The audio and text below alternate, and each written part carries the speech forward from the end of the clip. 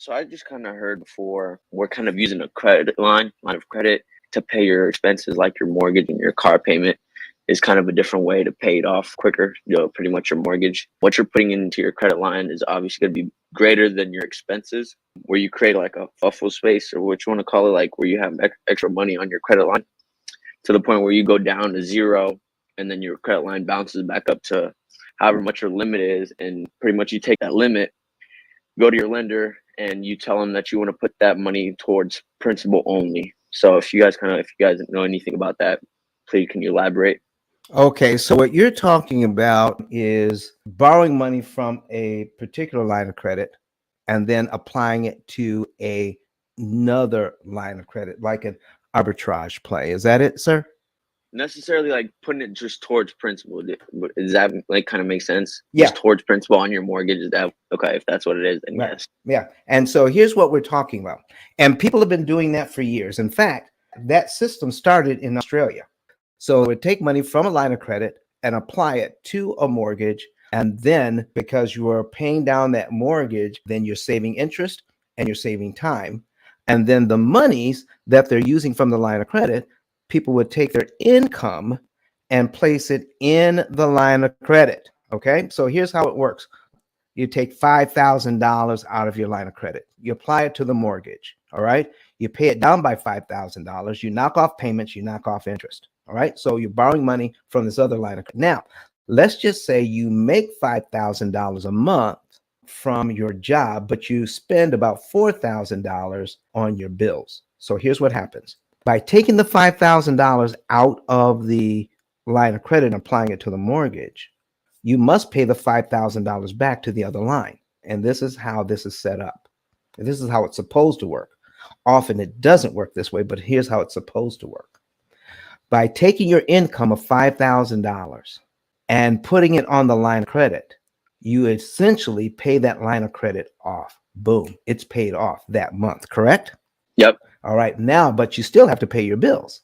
So when you pay your bills, all right, you pay out $4,000, all right, every month. So you pay out $4,000. So you literally pay that line of credit down by $1,000 because at the end of the month, you'll still owe $4,000 because you have to pay your bills, correct? Yes, sir. Okay, so the next month, what do? You put your money in there again, you pay out your $4,000 again, and now you still owe $3,000. You do it again, you put in your $5,000, you spend $4,000, now you owe $2,000, and it's going to take you about 5 months to pay that money back, correct?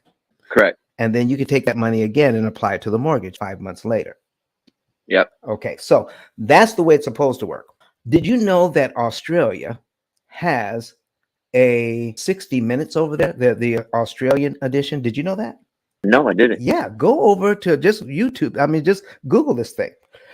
Google it and look for 60 Minutes Australia and then try to find the show they did on the near banking collapse that they had. And it was mainly because people were taking out these lines of credit for this reason to help pay down these mortgages. Guess what was happening? Okay, what was happening was you have to have discipline.